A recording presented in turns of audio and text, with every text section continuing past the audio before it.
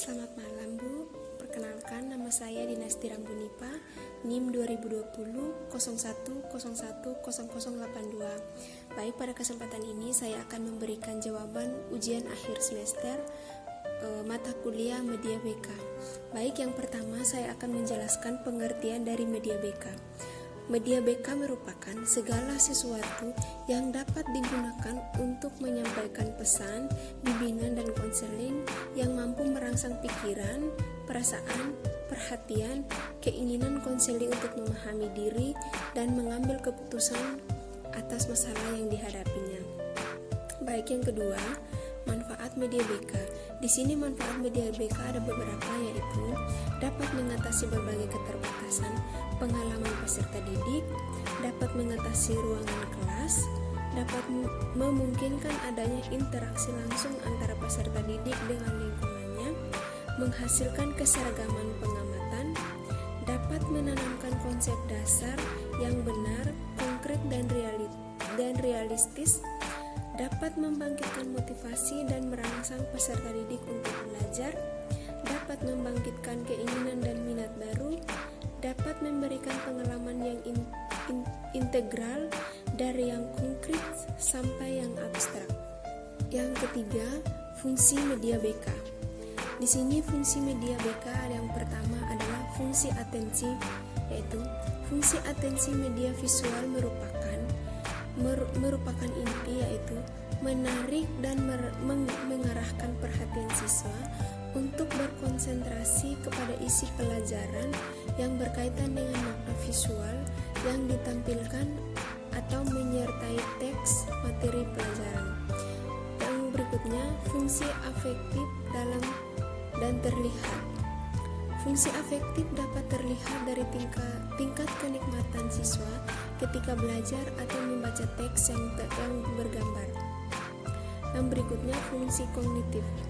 Fungsi kognitif media visual terlihat dari temuan-temuan penelitian yang mengungkapkan bahwa lambang visual atau gambar memperlancar pencapaian tujuan untuk memahami dan mengingat informasi atau pesan yang terkandung dalam gambar. Yang berikutnya fungsi kompensatoris merupakan media pembelajaran terlihat dari hasil penelitian bahwa media visual yang memberikan konteks untuk memahami teks membantu siswa yang lemah dalam membaca untuk mengorganisasikan informasi dalam teks dan mengingatnya kembali. Yang keempat, manfaat media BK di sekolah.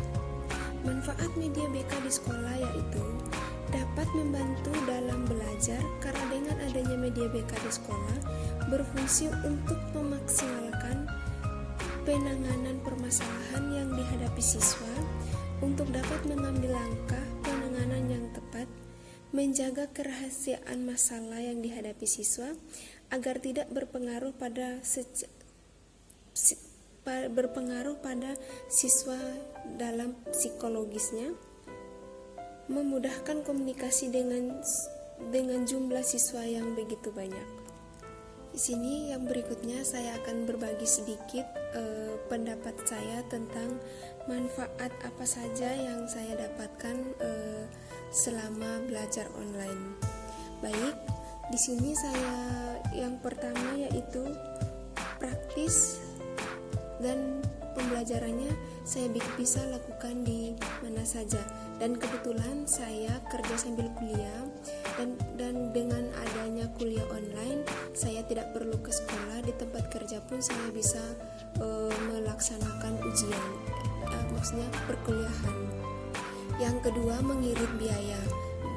Karena di sini jarak tempat kerja saya dengan kampus lumayan jauh, jadi di sini mengirit biaya. Saya tidak perlu lagi ke kampus untuk belajar, saya bisa melakukan perkuliahan di rumah atau di tempat kerja.